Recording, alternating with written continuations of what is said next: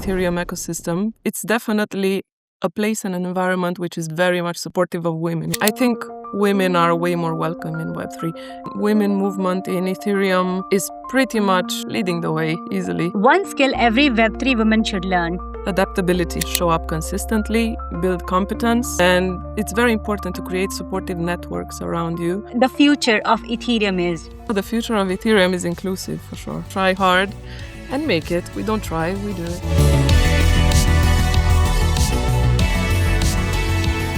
Welcome to ECH Institute's podcast. In this special series, Women Powering Web3, we are speaking with women across the space who are contributing and supporting the Ethereum ecosystem. Today, we are joined by Simona Serban. Simona is co-founder of ETH Cluj and Support Ethereum for Everyone. We are really looking forward to learning more about her journey and contribution in this episode. Welcome, Simona.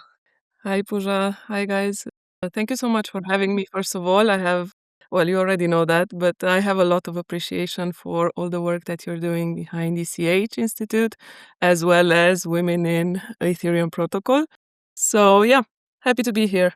Thank you so much for your kind words. And yes, pleasure is all ours. From what I understand, you are promoting Ethereum to colleges and universities.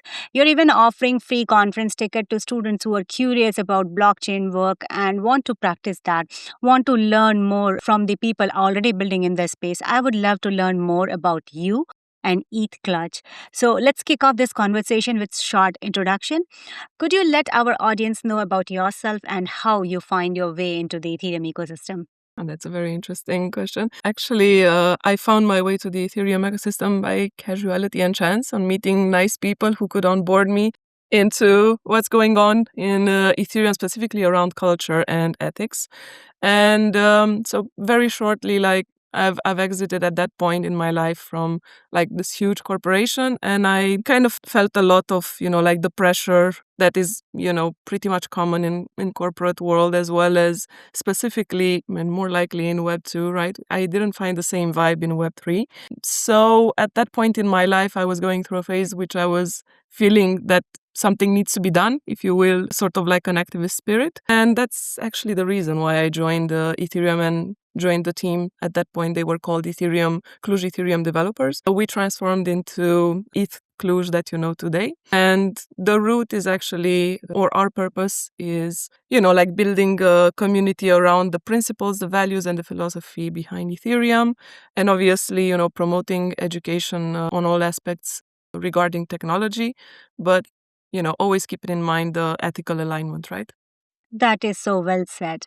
I understand meeting different people and meeting interesting people in the space is also motivation for many people, including me as well. But yeah, I understand these conferences and events, those are around, helps let people know what's going on in the other part of the world. You mentioned about, if not some constraints from Web 2 world. I understand that there could be something in the Web 3 as well. You being a woman, have you ever faced any kind of challenges which you find is going to be different from a man in space than a woman is finding it in Web3 world? I'll be honest, maybe I'm a bit privileged as well, but what I've noticed moving from Web 2 to Web 3 is actually Web 3 and specifically Ethereum ecosystem. It's definitely a place and an environment which is very much supportive of women, right? And this is kind of a huge difference which I need to emphasize, because in corporate world, for example, we talk a lot about, gender equality and such, but it's more likely branding rather than facts. And what I've seen so far, again, maybe I am lucky like that, but I've seen a lot of support from all of my colleagues. I mean, my colleagues are all, guys. And I actually enjoy working with them quite much. I enjoy all the support that I've seen all throughout the Ethereum ecosystem for women. So I'll be honest, the challenges which I face are more likely the challenges that probably everybody faces regarding onboarding on their journey to blockchain, tech and such, which are a lot related to credibility, trust, and basically proving yourself, right? So yeah, it's actually something that I think women are way more welcome in Web3. It's true that at this point the balance is way more inclinated towards guys. Maybe it's just that they have more appetite for risk than women. But I think we're pretty much bridging the gap quite nicely, and I'm very much looking forward to seeing even more women join Web3 ecosystem for sure. I must say that along with the challenges, there are many opportunities in this space. So, this is a very good explanation of what opportunities women in Web3 have here. Yeah, definitely, definitely. But just like in terms of, if you will, challenges on how to overcome like any type of challenges that people or women in specific might face in Web3 ecosystem, I would say just show up consistently, build competence, and it's very important to create supportive networks around you where people feel valued and also visible, right? Very true. You mentioned that we are decently bridging the gap. What does inclusivity look like to you? Like, when do you feel like we are in a good mix of like men and women in the space who can actually lead the space very well? I think maybe a good marker for this would be like, regardless of gender, is, as long as there is like open learning and open onboarding journeys for everyone that is not necessarily already in the Web3, I think that's probably a good marker to look at. Like, the easier we make it to people to onboard into Web3, the best it is for the ecosystem as well, but also for inclusivity. And I think, like, just talking about, onboarding inclusivity, I think a lot of our challenges are dealing with the fact that sometimes like we function in a bubble system, right? So I think that we need to step up even more and do a better job at opening the door for everyone who wants to, like, is curious to have a sneak peek or, learn a bit more. And that's exactly what you're doing, making it accessible to students, newcomers who are looking forward to good future. Thank you so much for the work that you are doing with ETH Cluj and the entire team too. Thank you. Could you name one woman who inspires you the most or kind of have done a lot to uplift the entire women group and try to bring them on board? I think I could name a few. I want to start Yes. with you, Pooja, because kudos to you.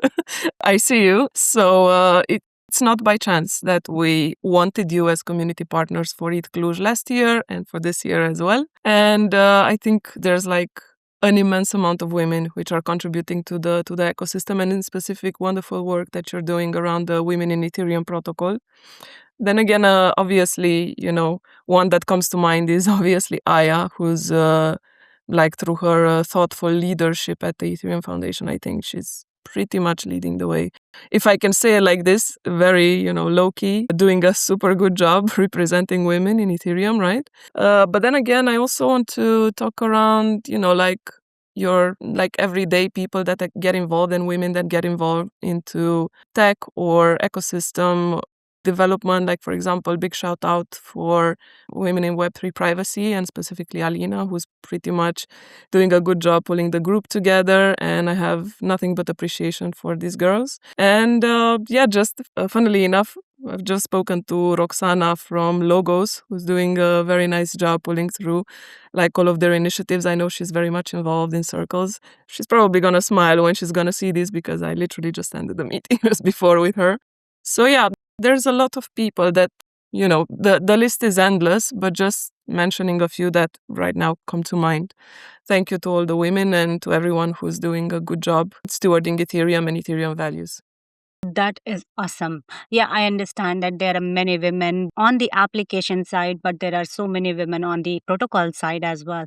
Like, I have known Shaive for a very long time. I have known when she was a developer working for Beacon Chain side of the Ethereum, but now she is into the leadership. So there are so many women inspiring people like us to be in the space, and they are making the space safer for us.